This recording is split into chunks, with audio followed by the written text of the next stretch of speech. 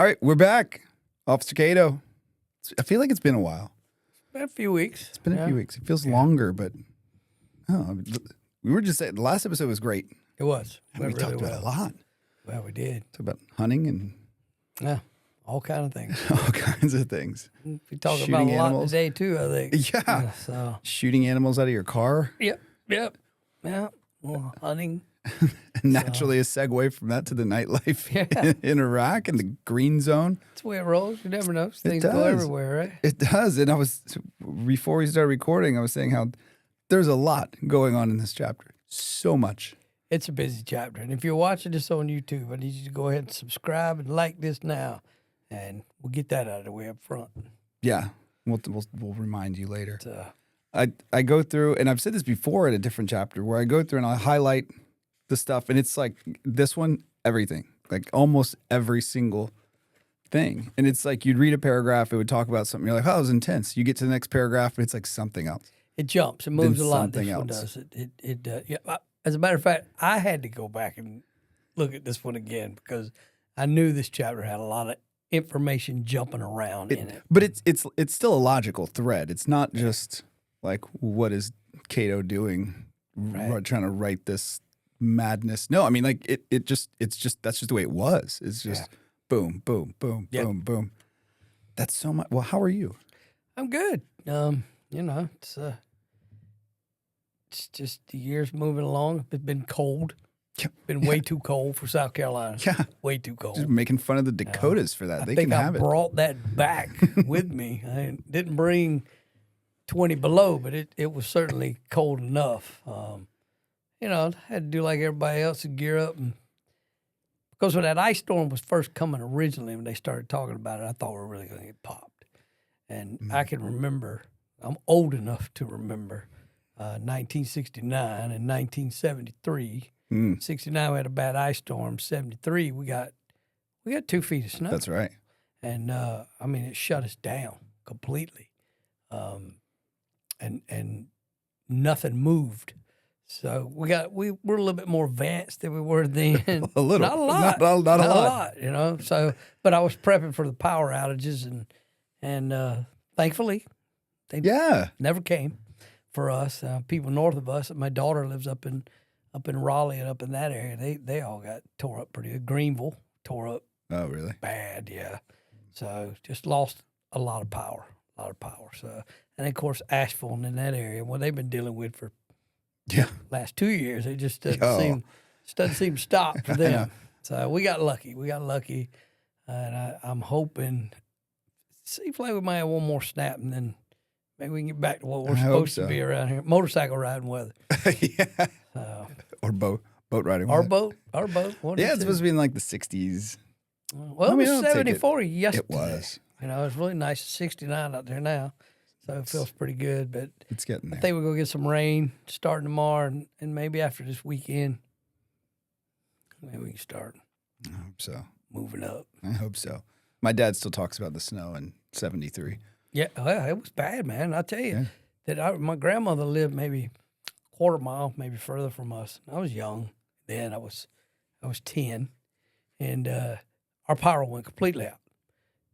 So we walked to my grandmother's house because you couldn't drive because it was ice packed with snow on top of it. So we walked up there. My grandmother had an old coal stove. That's what kept her house warm. And I can remember asking my dad, why do we not have this technology? I'm thinking, this is good stuff. Why don't we have one of these?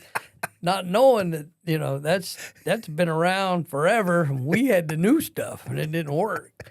So, think about that. I mean, some things are proven by time, and those old stoves are one of them. They still work to this day. Fire doesn't require electricity. No, not at all. Not one. And this is a fire in your house. That's right. That's right. So, now we have like the gas logs or fireplaces or whatever the case may be. And I have gas logs at my house, which I promise you is not going to save my life in any bad situation. But, but it's warmth. And I always buy the firewood. I always get firewood because I got an outside fire pit. And Oh. That never fails. That one works. Don't need technology for that. No. I'm not going to freeze to death. No. Or go hungry, but That's right, because you're a skilled hunter now. Skilled hunter. A lot of other things could happen to me, but I'm not gonna freeze to death. I'm not gonna go hungry. So we'll see. Oh, that's good. Yeah, I won't be eating pheasant. That's for sure. Well, when it was the first snow that we had, I was in Indianapolis. That week we got a lot of snow, and I was stuck. Like nothing was flying out that Sunday from Indianapolis, and they put me up in a $900 a night room. Nice. It was very nice. It was great. Nice, 'cause they just threw me into Motel 6. Yeah. I'm pretty sure. It was nice. I mean, like the hotel, they're like, hey, I think they had something like 12 rooms, and it was a nice hotel. They had like 12 rooms that were occupied. Everything else was empty. So they were like, do you want this one? I was like, Yeah, sure do. Sure. Yeah. Why not? The next day, we were out just kind of walking around, and the local NBC station just happens to see my daughter, my oldest, and I were walking down the street, and they stopped and interviewed her. She got on the news. Really? Yeah. Nice. It's like a whole feature on her. I was like, okay. So we had that. That was in Indianapolis the first time. And then I missed the second one. The second weekend, I was in Atlanta, and it flurried and was really windy. It was really windy and cold. But Yeah. I missed all the fun here. Indy's had a more snow than they average in a year. Yeah. This year they've got. I have in-laws live there too. So brother-in-law Fargo, sister-in-law Indy. Oh. So I went up and stayed with them a couple years back. Went to the Indy 500, but they've been getting slammed pretty good with snow this year. They have. And And I just assumed they were used to it. no. And yeah, they said not like this. See, I I was like, I thought the same thing, and then they were like, "No, we don't get it."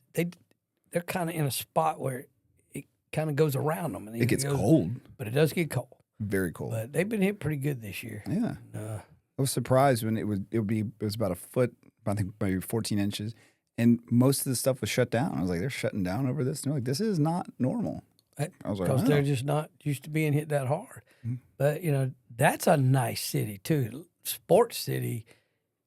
I didn't realize how big of a sports city it was, and now I know about the Colts being there, but I never pay attention to the basketball teams, the other teams. Well, a big Indy NASCAR Yeah. and Indy guy like that. But what caught my attention was when they did the swimming championships up there in the Lucas Oil Stadium. They did it in the Lucas Oil Stadium. Brought a swimming pool, put it in there, pulled the water out of the river. They cleaned it, put it in the pool. They had the big championships there inside the Lucas Oil Stadium. Then they took that water back out, got all the chlorine out, and pushed it back into the river. And they've done that twice. That seems like more trouble than just You would think. putting it somewhere else. You would think. But it was a great setting. Did you go to it? No, I was here. But I'm watching it there. And, and When was it? A couple of years ago. I think they did one 2 years ago and last year. Yeah, I'd have to go crazy. back and look. You know how time flies for me. I never know. Yeah. Well, But yeah, it was. I think the Olympic trials was there actually for that Summer Olympics prior. But yeah, well, the tournament that I was there for, the volleyball tournament, they used Lucas Oil for that. It's pretty Great. cool. You Great. go in and you're just, and I've never been in there, and they tell me it's just a beautiful setting. it's great. Yeah, We were in there for that, and then you said basketball. I mean, I was at Fever. eating the Pacers. Pacers. I'm sorry. Yeah. Is the Fever the women's? The women's. Yeah. I was just sitting there eating at the steakhouse that was in the first floor of the hotel, and my daughter comes down. She's like, "Hey, I'm going to the Pacers game." I was like, "Okay." She just went with some teammates to the Pacers game. That night, we're sitting there, and I'm getting in the elevator, and then the NBA team that was there, been in there when the Rockets were there, when the Knicks were there, the Kings were there. I've been in the elevator with James Harden. Yeah. I'm like, oh, okay. And they You had just a great forget. year. The Pacers had a great year playing up there. I mean, it's turned into quite a sports town, and I've got to go up there and go to a Colts game, I guess, because when we visit up there on Sundays, I forget where I'm at, and we step outside, everybody's wearing a Colts jersey and walking around. Yeah. What's going on? Well, that's where you're at. So just forget it's like a Saturday here with the Gamecocks. That's right. There's some good restaurants in Indianapolis. Yeah, great. It's great up there. Mm. Yeah, I've enjoyed myself every time I went. They live in Indianapolis proper now, within the city limits. Oh, But then they've just moved there over the last few years. They used to live in an area called Broad Ripple, which is kind of outside the city. Great little place. It reminded me kind of a bigger Lexington. But you could kind of walk around everything, parks and sidewalks, and it was really nice. It's nice up in that area. one of the things that I notice every time that blows me away is when we fly in, and you kind of circle around the downtown. When you look out, there are neighborhoods, like you just see houses almost to the horizon, like just one giant neighborhood. The neighborhoods are just huge. Yep. I've never seen anything like that. Oh. Just in one gridded off section, just these neighborhoods that just go all the way. Yeah. Like, God, like how many houses are in that one neighborhood? It's crazy. It is. But I guess when you have that, it's a you can city. have 4 professional sports teams. Yeah. I guess. Yeah, it's a big city. It's Yeah. a bigger city than you imagine. And then, like when we went up there for the Indianapolis 500, just for the 500, just for that race, in that track, 345,000 people. That's crazy. Most people I've ever seen in one spot in my life. How much is Daytona? Is Daytona 240, 180. 180? Yeah. So it's not even close to the drop of the bucket. So, but the way they have that stadium laid out, you have, you got turns 1 and 2. You get your back stretch, your front stretch turns, and they're broken up pretty even. And it's going to sound crazy, but you really only had to deal with your 75,000 people because you all parked in that side, you sat on that side, you did, and so 345,000 people. It was broken up pretty well. But that's one of the most amazing events I've ever been to in my life. How big is that track? 2.5 miles. Yeah. And look, there's a golf course in the middle of it. Is it really? Yeah. I mean, we could have walked. We couldn't walk from, we had passes that we were there. You could go stay there for a week. You could walk to everything. And it's just huge. The infield is just huge. Yeah. Oh my gosh. I didn't play golf. Fantastic. while I You was didn't? there. No. No. Okay. Where we left off was all about the nightlife, but it ended with Saeed. Yeah, bringing Saeed back in. He was just laying there, and you just Bringing him back in the compound. Gonna pick him up and get him in. I felt sorry for him. you were having a moment of just strong connection to humanity after almost getting blown up on the roof. Like I said, a heart moment, That's right. not a head moment. So before we get in, there's just so much. The name of its puzzle pieces. Yes. Why is it? Because like nightlife was about nightlife. Like one was about the government. This one, is it because there's just so much going on? There's a lot going on. There's a lot going on outside of the compound that I'm working on. Because the ministers that work on the compound, even though they come in and out of the red zone gate, some come in and out of the green zone gates, depending on where they lived. But they do business within the green zone with our government, and not just with our government. So there's other entities in the green zone too. There's other countries that have, I would say, little consulates or whatever set up. So they're having to move around, and they're going in and out of these gates. And the American soldier at the gate, it's not in his wheelhouse to go, hey, this guy's a minister. It's in his wheelhouse to say, don't let the terrorists in the gate, right?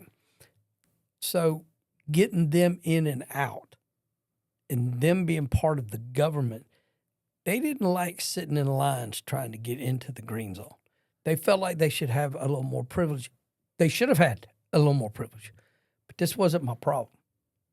My problem was my compound and my gate at my end where the red zone was, getting them in and out without a problem. And we were able to accomplish that on our end. But the American soldier working the other 3 gates around the green zone, he didn't know a minister from anybody else, right?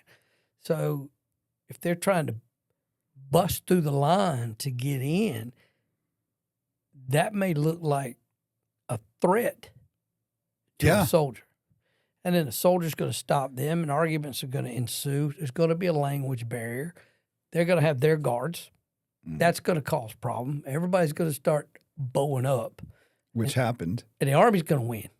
Okay? I mean, there's your bottom line. That's their gate. That's their territory. That's their say-so.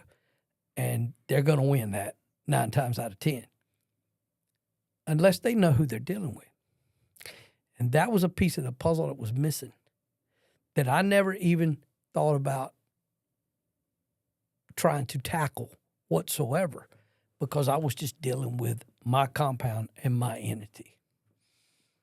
So now what's going to happen is Denny kind of comes along and we start to see some major problems. And Denny's like, I think there's a way we might be able to help fix this. So we start finding ways to make those pieces of puzzle fit. And it was one incident in particular that brought that to light. Well, before that, you were having a great day. People were greeting you so happy. And you were like, man, this is, what did I do? Yeah, it was just a different little atmosphere. Like, oh, Keto, you're so good. It's great. We're glad you're here. I'm like, man, what did I do? What did I do? And it was letting that kid in, taking him off the street, getting him out of that bad situation. Word traveled fast. Well, they saw him every day. Oh. They knew who he was. And, of course, Safe is telling everybody everything every day. And, so they felt like, hey, Denny and I turn around and we're gonna try to help this young man out. We're gonna take him out of a bad situation and maybe put him in a good situation. And they were happy about it. They felt good about it. They felt like we were doing something good. And over there, at that particular time, in that particular place, a little bit of good went a long damn way. Mm. Not in our mind. I just was tired of seeing this guy lay outside the gate. But, over there to them, it was like, look, they're really trying to help us. They're trying to do something good for our people. They're trying, it showed a piece of humanity from us that, hell, I didn't even know we had, but we had. And by we, you mean you? Yeah, me. And the people jumped on that. So a little bit of good over there would go a long way. When it's at a time, and you'd been touching on this, at a time where things were just getting more and more tense, and so the Americans or the contractors, who I assume were keeping the locals further at arm's length, like kind of like, let's not let this boil over. And then when you were doing the opposite with this guy, it made it stand out even more. Well, trust was breaking down. Trust was really, really breaking down. If there was ever a solid trust to begin with, the trust that was there was starting to deteriorate and deteriorate fast. So any little bit of showing trustworthiness or trying to help, or trying to be on their side, they took that as a huge deal, a much bigger deal than we did. But you could feel their appreciation, and you could feel they were kind of overwhelmed with what was going on at that particular moment on that particular day. It didn't last forever, but it lasted. It was good that day. Birds were chirping. Yeah, it was great that day. Great that day. And you made him your gopher. I did, and that's so funny because when you're dealing with slang, American slang, in another country, you got to be careful what you say. And, and Safe was like, what's his job going to be? I knew as soon as they walked in the door that morning, he's all right. They're going to be looking for money. They're going to be looking for what he's going to be doing. I didn't have a job for this kid. So I told Safe, I said, he's going to be my gopher. And Safe just looked at me like I had a pickle growing out of my eyeball. He just stood there for a minute. And he said, you mean you want him to be like your animal? And I went, oh, my God, no. So then I had to explain, what a gopher meant from an American standpoint. If I need something, he's just going to go get it taken care of. So just go away. And then course, it wasn't a matter of money, and I can't remember exactly what I said I'd pay him, but that's Said what it was $5 a day. that's what he's getting. $5 Basically a day. a teacher's salary. Yeah, you get $5 a day, and this is non-negotiable. And don't come back to me and ask me again. Now, I will tell you that standing here, sitting here now, or even at that time, if I would have told you you were making $5 a day, you'd have never took the job, any job. But over there, $5 American a day was a damn decent salary. Really? Yeah. Yeah, it was. Nothing rich, nothing poor, but American money went a long way on the street. Especially, you got to take it, the fact that we had taken their currency completely out of circulation. It was gone. Oh, really? So all the money with Saddam's face on it was taken away. And there's going to be a new currency coming into place. I don't think I realized that happened. Yeah, took it all out. So people were buying $1 million in Iraqi money with Saddam's face on it. And they were getting it from between $100 and $600. Thinking that after the war, this thing's going to come back and they're going to have $1 million worth of, and we were getting rid of that money. That money's going away. It's being taken away. It's being burnt. And they're going to start a new circulation of money. So bartering over there became real. It wasn't just money. It was items. It was shoes. It was shirts. It was rings. It was watches.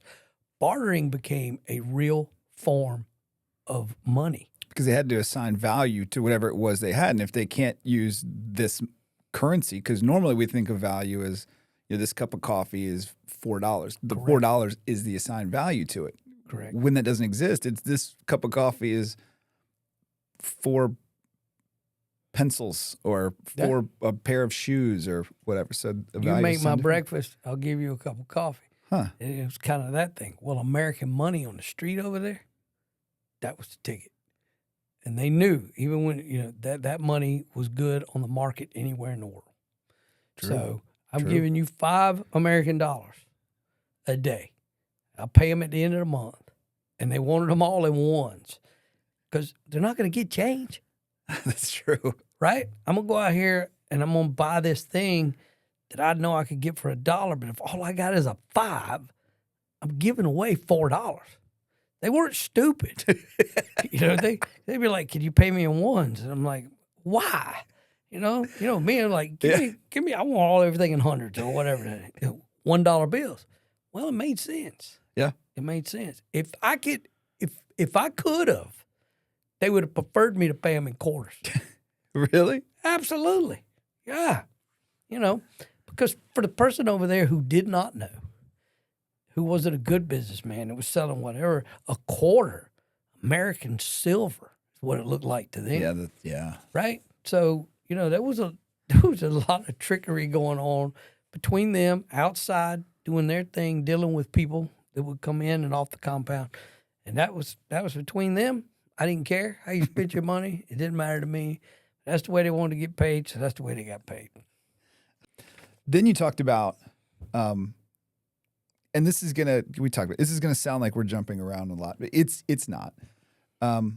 You said that the Delta Force boys, they may or may not have been Delta Force.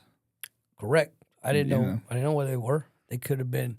So these were the special operators that came on the compound that Ronnie had introduced me to in the beginning, and that they would use the compound sometimes for different things. I didn't really know what, but they did. So I never knew if these guys were, because your Army Special Forces over there, like your Green Berets and some of these other guys that run around, Navy SEALs, so on and so forth. They were bearded up. They wore all the garb. They didn't. I guess what I'm getting is there was no uniform. So I could have been dealing with these guys. Could have been Army, Green Beret guys. They could have been Navy SEALs. They could have been Delta Force. It could have been CIA. So I never really knew who they were or what they were. They just did their thing, and I let them do their thing. I knew that they were properly vetted. They had everything they needed to come on and off that compound. They had some badges that a lot of other people Did not have. Yeah. Well, you said that one day they asked if you could escort somebody else who was not with them. Yeah. So they came through the green zone gate.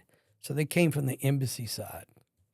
And they came in. They said, listen, we're meeting a guy here. He's out there in the red zone side. And this is what he looks like. This is who he is. Showed us kind of gave us a really good description of him. Said he's waiting at that gate. Can y'all bring him in here? They couldn't go down and get him. Why couldn't they go down and get him? Because they would have been recognized. They would have been seen as people over there on the street knew when they were dealing with people that were in the military, people that were contractors, and people that were running special operations. They knew, okay? So they had to be careful when they ran, how they ran, and so showing up at that gate is the government main gate where all the government workers come in and out of, where all the ministers come in and out of. Oh, so it wasn't just gate's being watched. I gotcha. By the other side all the time. Pictures being taken. I'm sure that Denny and I, there's still pictures of us hanging somewhere. No doubt. In somebody's cave deep down going, well, these two guys are the ones that run that compound over there. You might have your own deck of cards. You don't know. No doubt. You know, because that gate, there's no doubt that they were doing their counter operations on America as well and on their own government as well. And that was your gate? That was my gate. Okay. That was my red zone gate. So that's the gate that went out into the city of Baghdad. Gotcha. Okay. So they couldn't walk down there for the pictures being taken and being identified, whatever the case. We did. If they knew us, they knew us already anyway. So we walked down, and sure enough, the guy they described, there he is. He's kind of just hanging out. We get him in, bring him in, and he just kind of walks in like everybody else does. Right? We didn't wrap our arms around him or anything. It was just kind of, come on. And we take him down, and they go in the back room. They're in there probably 30, 40 minutes. He leaves by himself. We didn't take him back. He just walks out, goes down. He has to walk down that long corridor and out the gate. He's gone. And that's the end of it. And they're like, hey, we may be back later tonight, maybe later this evening. I'm like, okay, just let me know. They said, we might be coming through that gate. That red zone gate, not that green zone gate. I'm like, well, just let me know. So, sure enough, they come rolling in about 1, 2 in the morning. They're hot. I mean, they've grabbed whoever they needed to grab. And they're in gunfights. They're doing whatever they got to do. They're getting back this way. And they call and they let us know they're coming through our gate. And they come through our gate. And they come through hot. We open it up and lock it down. It's 1 or 2 in the morning. And they roll past real fast, and they come back to where Denny and I stayed. And then on the back side of ours hut, there was a little room back there, and it was just a little open room. And they're like, hey, we're going to take these guys back. And they had I can't remember, it was 2 or 3 guys, and they had burlap sacks over their head. Their hands were tied. They said, we're going to be back. And I knew, I'm like, oh, yeah, okay, whatever. I literally told them, I don't care what you do back there. Put plastic down, do something. I'm not cleaning that stuff up. So that stuff. Yeah. So there was a 3-4 hour interrogation that went on there, and then they rolled out the green zone gate with those guys in the back. I know they left my compound alive. I'll tell you that. That's all I know. And you still don't know who these guys were to this day. I mean, you knew they were obviously qualified to do what they were doing, but you don't. Wow. They never offered a name. I never asked. Oh, are you talking about the guys with the bags on their heads? No. I'm talking about the operators. Oh, they never introduced themselves? They never came in and said, hey, I'm Dana, or I'm Adam. You know, they just came in and said, hey, man. That's what it was. You know? So they did their thing. They took these guys out.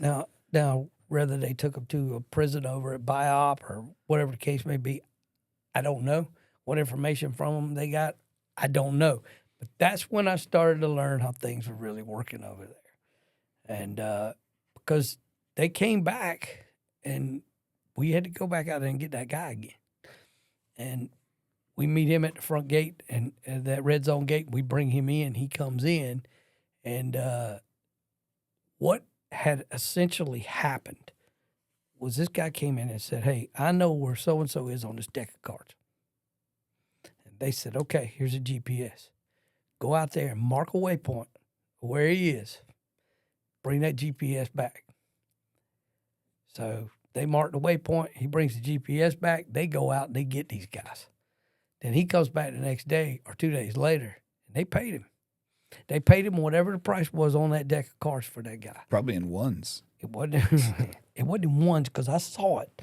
Oh. So he took it out of the case they gave him to him and put it in a very unsuspicious-looking bag and walked out that gate with all that money.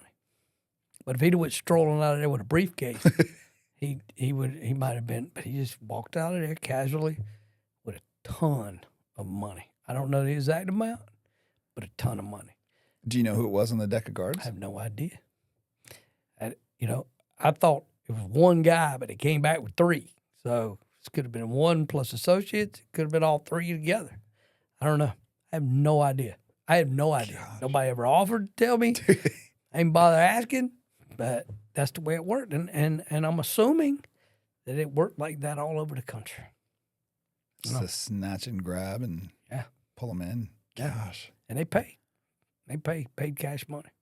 That's exciting. And that's only like, we're 2 pages into the chapter. Yeah. Now I got to recollect my thoughts.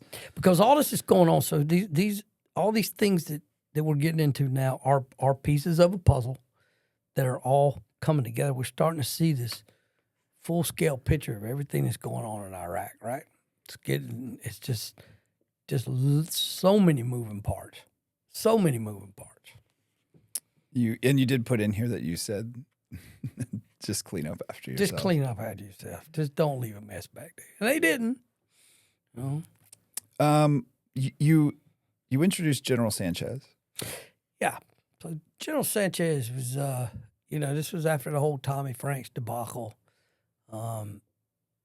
Few generals were kind of vying for that position. He ends up in it. From what I was told by government officials on the Iraqi side, not a lot of people had a lot of confidence in him, even on the American side. What about you? Well, I wasn't sure yet. You were contracting at this point. I was contracting. Not that you didn't care, you obviously did, but you weren't as directly affected as you were. Correct. Okay. Yeah, he wasn't driving my mission. He was driving the military mission, which obviously affected yours, but not directly. Not directly, indirectly.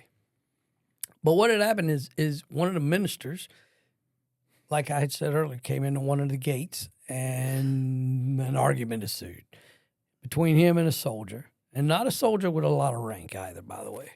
He was a younger soldier, E3, E4, and somewhere in this argument, it got so heated that the soldier felt like he just needed to slap the shit out of this minister. And he did. So it's like, what? Pow. I didn't know any of this happened. So it's like a Sunday morning for us on the American side. Here comes General Sanchez and his entourage because he's got, he's going to have 50 cows following him everywhere, make sure nobody's attacking him, even in the green zone.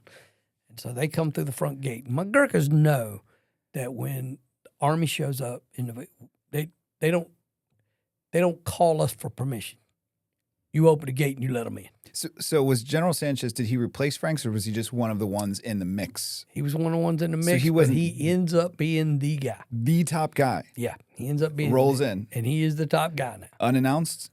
Unannounced. Oof. Rolls in. So the Gurkhas call and say, hey, the Army's come in here, and and we're like, well, me and Denny walk up there like, this ain't no joke. And you had no idea about the slapping incident? Nothing. Not a thing. So the weaponry is with them. So I walk over and like I said, we had that little thing called the White House where the presidents, rotated presidents. There are ministers over there where the president's White House is. And we got to walk over there, and I start talking to one of the NCOs, and I'm like, what's going on? What's happening? Something's happening. And they're like, and we're familiar with these guys, right?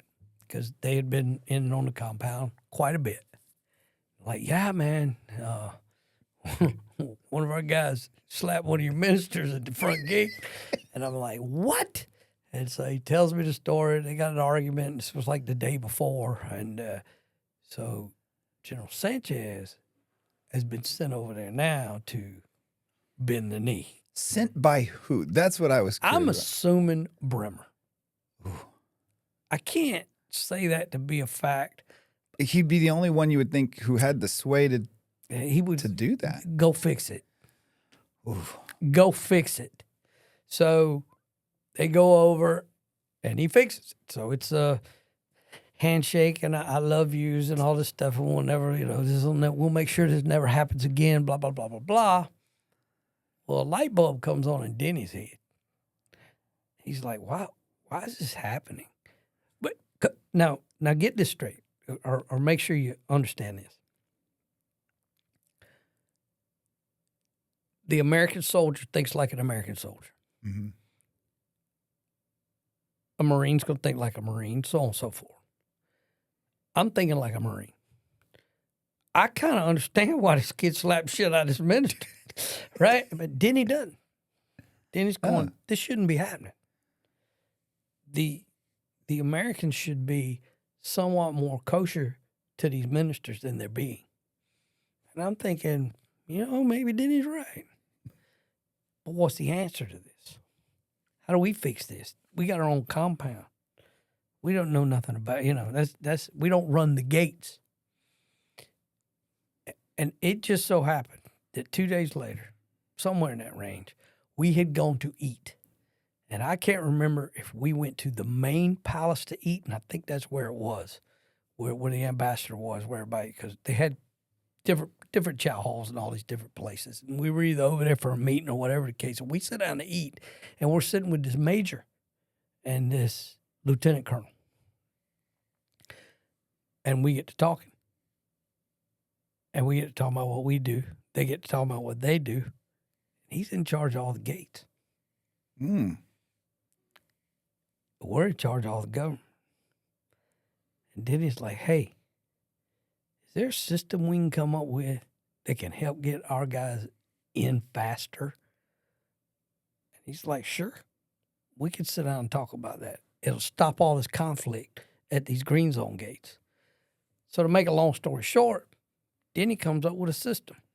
Him and this major and sit down, and they come up with a badge system that identifies these guys immediately. Not the placard system for the not car. not the one that's going to get you blown up at the front gate. But this is more of an ID system. And now all the soldiers at the front gate will have the pictures. They'll be familiar with them. They'll know what they're looking for.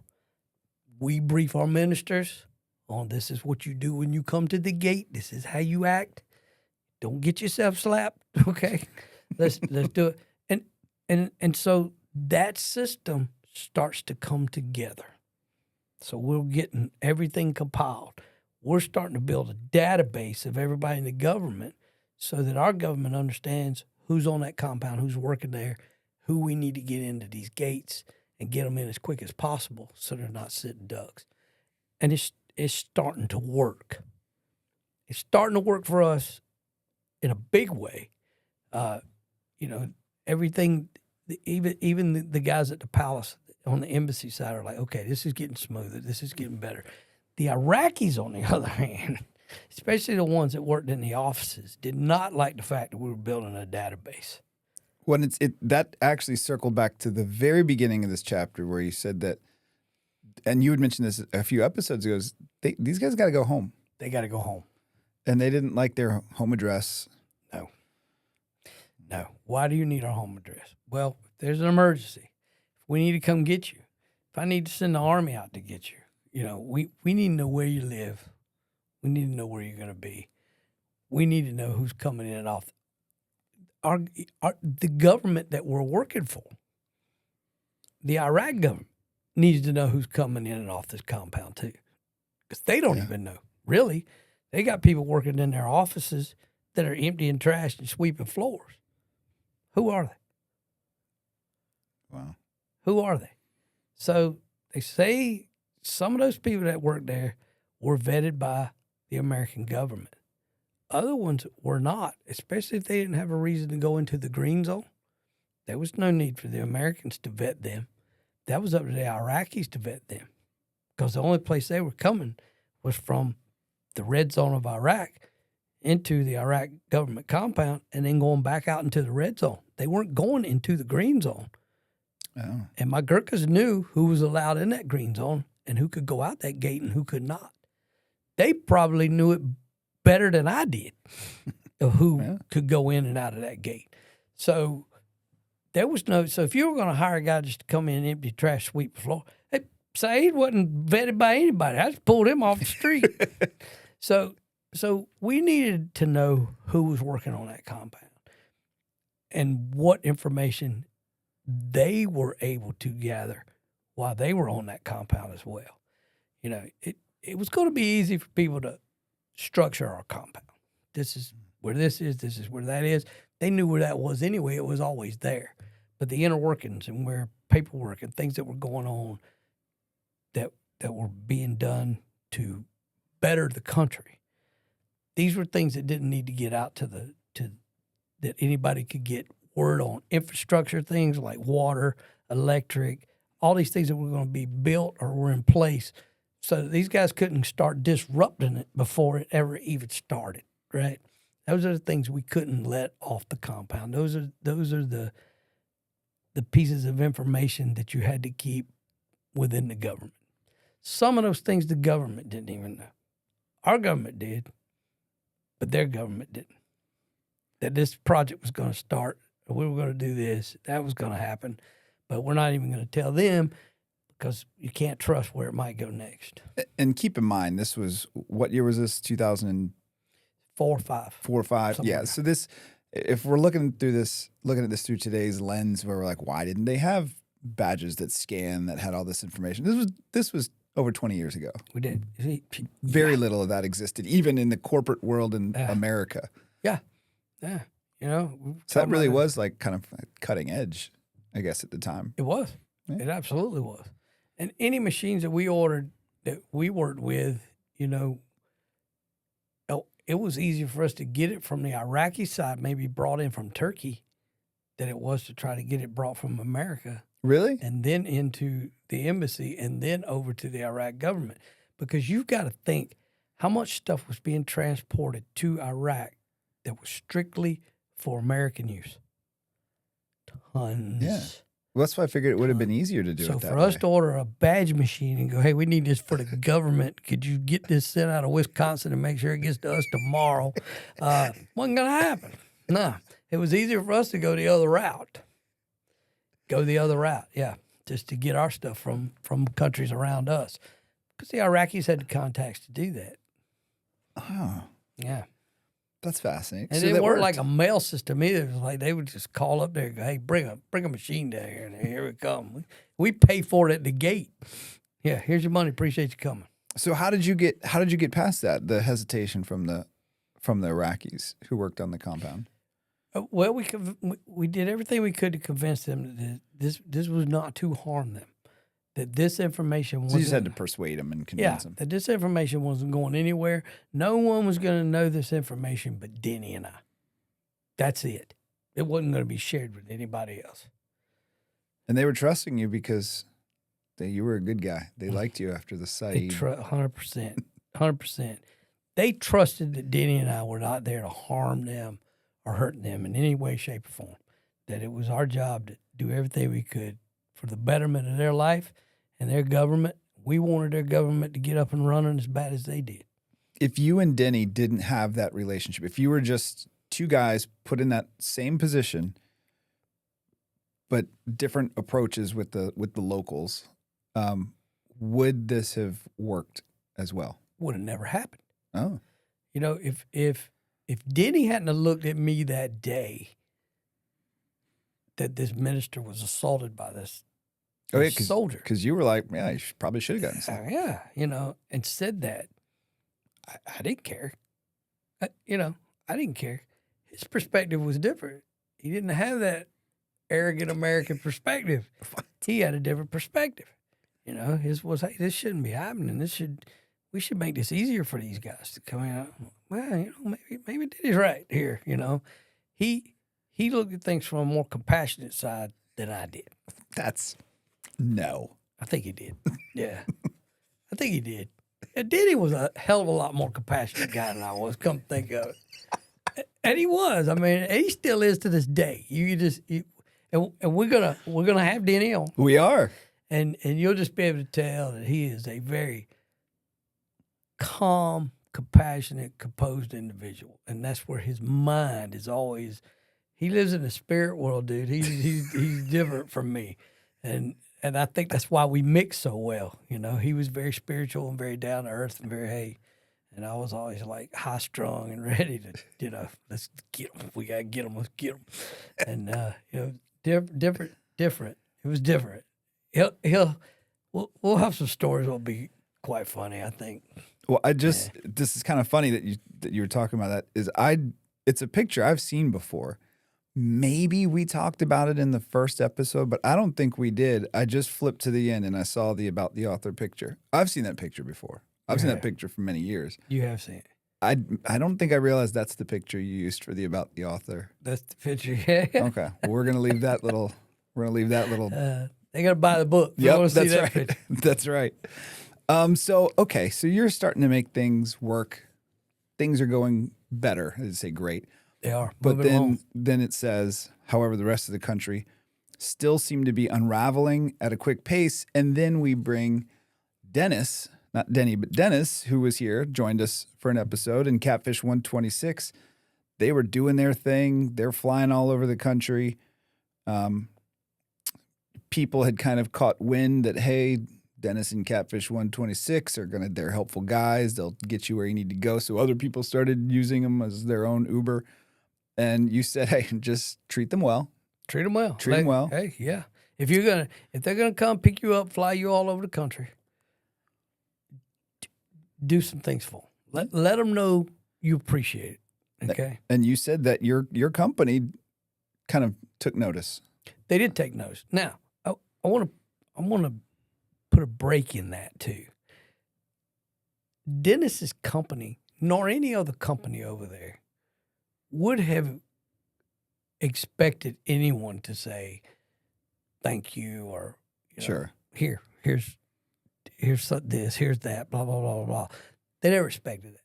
That was my thing of saying, hey, because that's how kind of like Dennis is. Dennis, if somebody does something for Dennis, Dennis is he'll just thank you, I appreciate it here, blah blah blah. So I wanted them to know, I wanted Dennis's team to know that we appreciated what they were doing. So I told those guys, when you go in there, do a little something, show them you appreciate. Do a little something, show them your appreciation. Don't go overboard. So, they would take in things like smokes and liquor and this and that. They little things, until it got to be big things. And that's where the trouble begins. And so, Dennis flying these guys around. They're doing a great job. And my guys, most of them South African, do not understand American rules, period. We don't bring home souvenirs. We're not allowed to do it. We don't bring home weapons. We're not allowed to do it. These are just no-nos. But my guys don't know this. My guys are flying around handing out AK-47s to Gurkhas and different contracts they got all over the country. These guys are flying them. And they're coming back to Baghdad one day. And they got one AK-47 left over. An AK-47 to you, to a soldier there, might mean a lot. But when you're handing them out like candy all over the country, an AK-47 doesn't mean a whole lot to you. So they were like, we got this one AK-47, and they look at this kid who's in Dennis's unit. He's a crew chief. He's a young kid. Hey, you want this? Well, hell yeah, I want it. And he takes it, right? I don't know what he's thinking, because getting this thing back to the United States, I'm not saying it's going to be impossible, but it's going to be pretty hard. The fact that they would be bringing helicopters back, packing those things, there's a possibility. You tell me there's not some AK-47s I'm not saying there's floating not. around. I'm saying there's a possibility. But if you get caught in the act, you just hung yourself. I mean, your career's over. Everything's Really? done. Like that bad? Yeah, man. That's court-martial offense. Big time. So, you're not to do that. I mean, when we went to Afghanistan, we landed there, and the place that we hit down in Camp Rhino, all the stuff that we found, there was one AK-47 we were allowed to bring back as a unit, and they put lead in the barrel, and they hung it in the Staff NCO club on Camp Pendleton, California. So it was the first weapon, So those type things, yes. But like sneaking one back for yourself, fully automatic weapon, which number one's already illegal here. So this kid, he takes it because they offered it to him. He takes it, and he takes it back. And they don't have a barracks. They're staying in kind of like these FEMA trailers or whatever. But the kid eventually gets caught with it. The major of his unit sees it during a walkthrough. It's like, where'd you get this? Dennis's buddy. Oh. Right? No. Yeah, He snitched. They offered me one. So my guys, my South African guys, they didn't know that they couldn't do that, And it wasn't even Dennis's group. No. It was Dennis's flying. It was Dennis's company. But Dennis's company, they had a bunch of different helicopters, right? So there's a crew chief for each helicopter. This was a crew chief in Dennis's unit of another helicopter. But the guy who offered the gun. Oh, he was my company. Yeah, it was yours. He didn't have anything to do with. So your guy gave it. Dennis's guy took it. And here, Dennis and our name is tied to this weapon that I don't even know that this has happened. And I'm like, Dennis calls me. He's like, man, you got to get over here.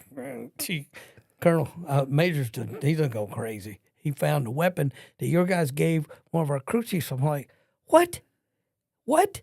I didn't understand any of this. Nothing made sense to me. So I called our armor, and I'm like, tell me what's going on. And he's like, well, yeah, they probably just handed him AK-47. It don't mean anything to them. Our armorer was an American guy who was in the Army as well. And he's like, we don't keep count. I said, we have no accountability in a way. He's like, no, man. I buy them, they hand them out. I said, okay. So I'm starting to figure out what happened, but the kid should have never took the weapon. And he knew that. That responsibility lied on him. Yeah. But it pounded back on me and Dennis. It came back to it was Dennis's brother-in-laws that wanted got these guys out, and they gave me the weapon and they asked me if I wanted it, and here I could keep it, and I took it. And so here I am. I'm on the next helicopter headed back to Balad to pick this weapon up, or things were fixing to get really bad, right? So I went up there, and I retrieved the weapon, explained to the major what happened, explained to the major that, listen, these guys don't know the rules. Your guy does, but these guys don't know the rules. Now, so you put it back on the kid. Yeah, as absolutely. As it should be. That was his responsibility. He got spanked. He got spanked for the situation. He got spanked by his unit. He got spanked by Dennis and those guys as well. Because, hey, you're messing a good thing there up, right? If this would have come back on the company. Oh. If it would have come back on the company, then, a couple of things would have happened in a bad way. Number one, probably would have never been flying them again. If they did, they certainly wouldn't have been taking care of them in any way, shape, or form. So this was something that just needed to be quelled and shut down really quick. And everybody come to your senses and understand we're in a combat zone, and strange things happen in combat zones. And this was one of them, especially when we're dealing with all these different nationalities that don't have the same rules.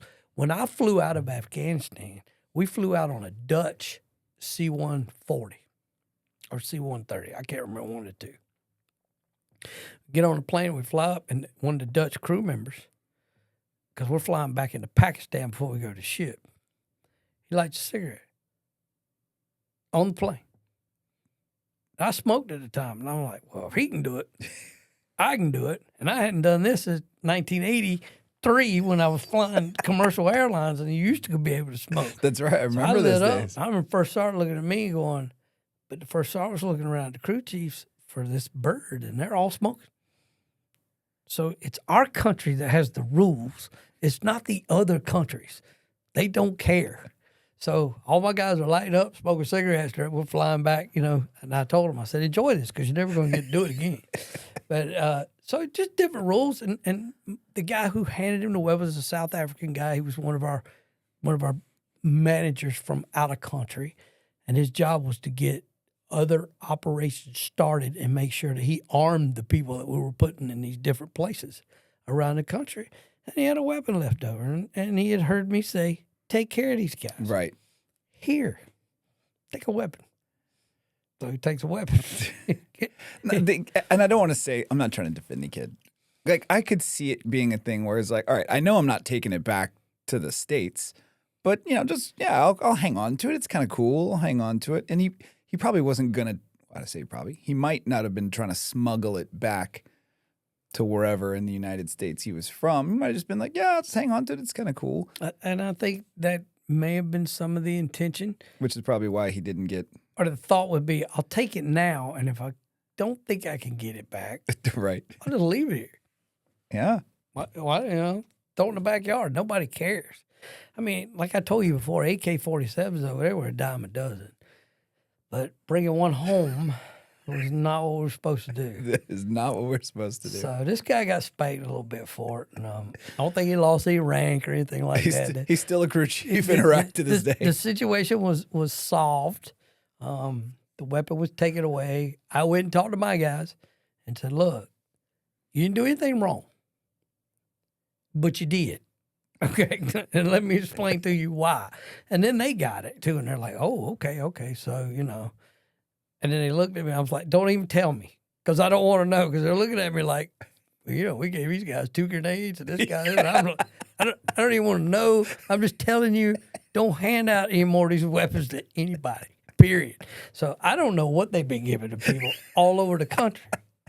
But, So. You were just talking like some Jack Daniels and a cigar, and they're handing out automatic weapons. Take them a bottle of liquor, take them some cigars, but don't give them a grenade and a 50 caliber machine gun. These guys will try to take them home, man.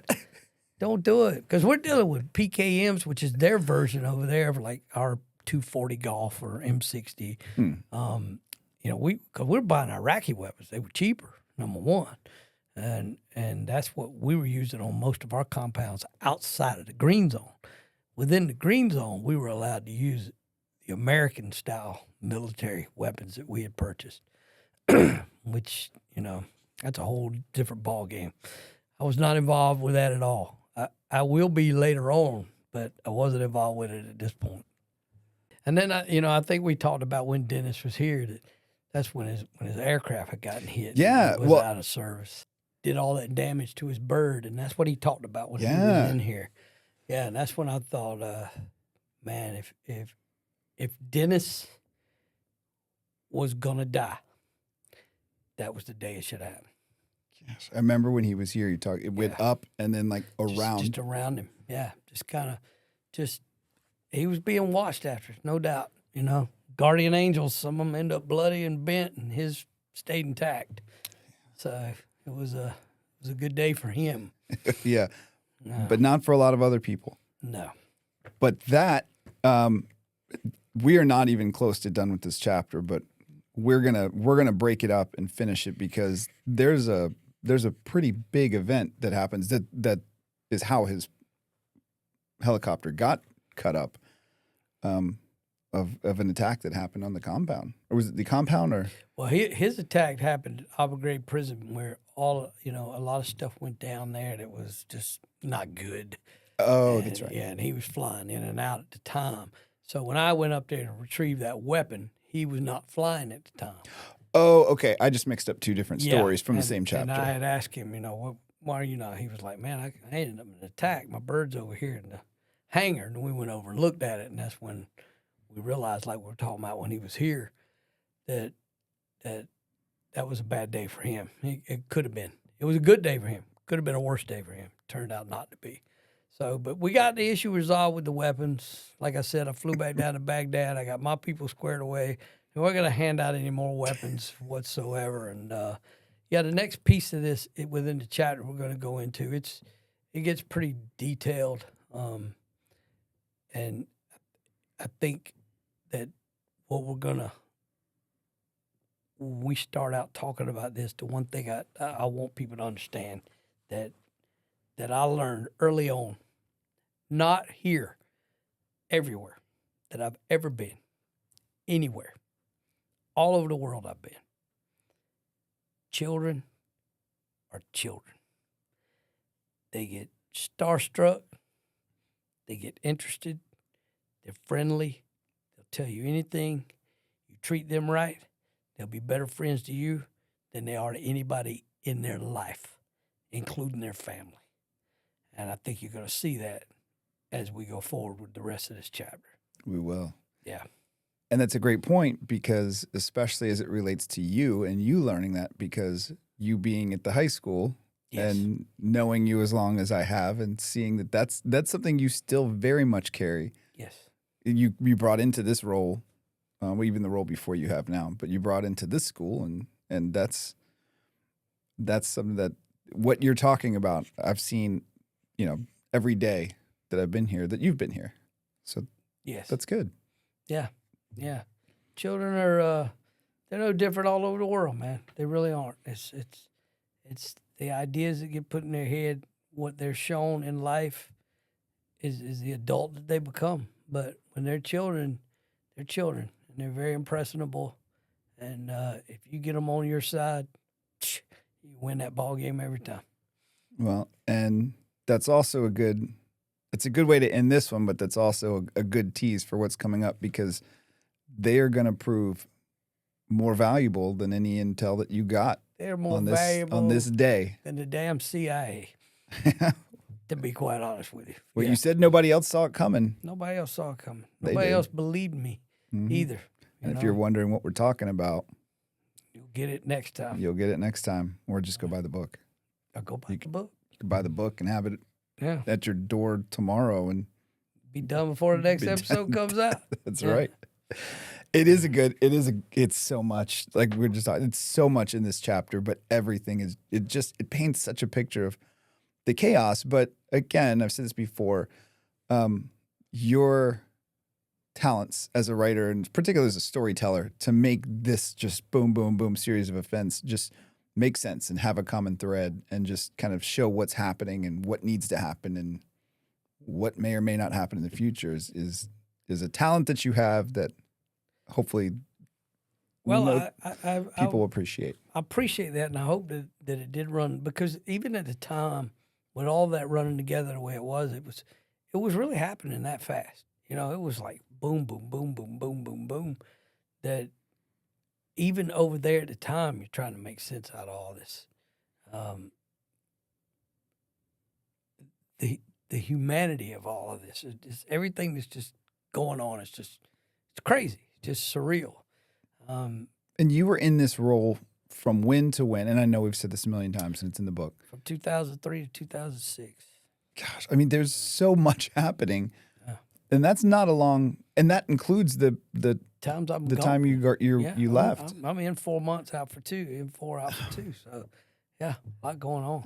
I did the first 6 months. I was there for 6 months. And then, because, like I said, I thought I was doing 6 months and I was done. I didn't know I was going to be going back and then continue to go back and go back and go back. And, but because once you get caught in that cycle, man, and your brain's hooked to it, your heart's hooked to it, and you just, man, it's just, you missed it when you were away. And then you were never shocked by the next chaotic moment. You just always knew it was coming. You didn't know what it was going to be, but you knew something else was always coming. Well, because at that point for you, it's not chaos anymore. It's normal. It's normal. It's every day. It's everyday operation. It's just you get up in the morning and go, okay, what's going to happen today? It's going to be a little bit wild. I think that's why I enjoyed being a cop so much, because every day was different. But it was always something. It was always something. Something was always going on, but it was something different. You never dealt with the same thing every day. And that's, I think that's why I enjoyed that as much as I did. But, we'll see. I mean, this book's still, as much as we got through it and we're not far from the end, there's still a lot going on. There is. And we were talking about this before we started recording today. This was never meant to be about the book. It wasn't. There's a reason why the name of it is not Inshallah. Right. It's Project 1791. Project 1791. And I'm excited to get into that.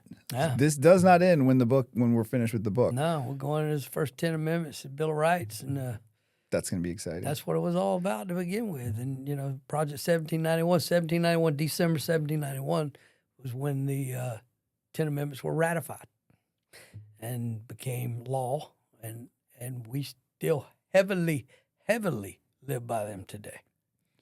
And we might have a little special episode to break up between we finish with the book and get into that. Yeah, but absolutely. we're talking about that a little bit earlier too. Yeah, we'll see what's in the what the cards hold for that. I'll be excited to get Denny on. I think after this chapter is when we're done with the next episode. I think it's when I'm going to get Denny on, and I think we'll that'll be interesting. I'm excited for that. You'll get to meet the Spirit Master.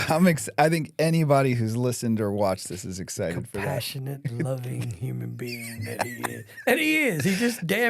He's just compassionate, loving human being. He really is. The kinder, gentler version of you. He ain't even close to a version of me. He's just like, you'll be like, my God, totally different. But great guy though. Great guy. Yeah. Good. You'll enjoy it. We've talked about him a lot, and I can't wait to get him on. Yeah. Well, we're not moving to the next chapter in the next episode. We've got to finish this one. There's just so much in it. We do. But that does it for this one. Dana Cato. Subscribe, like, and let's keep moving.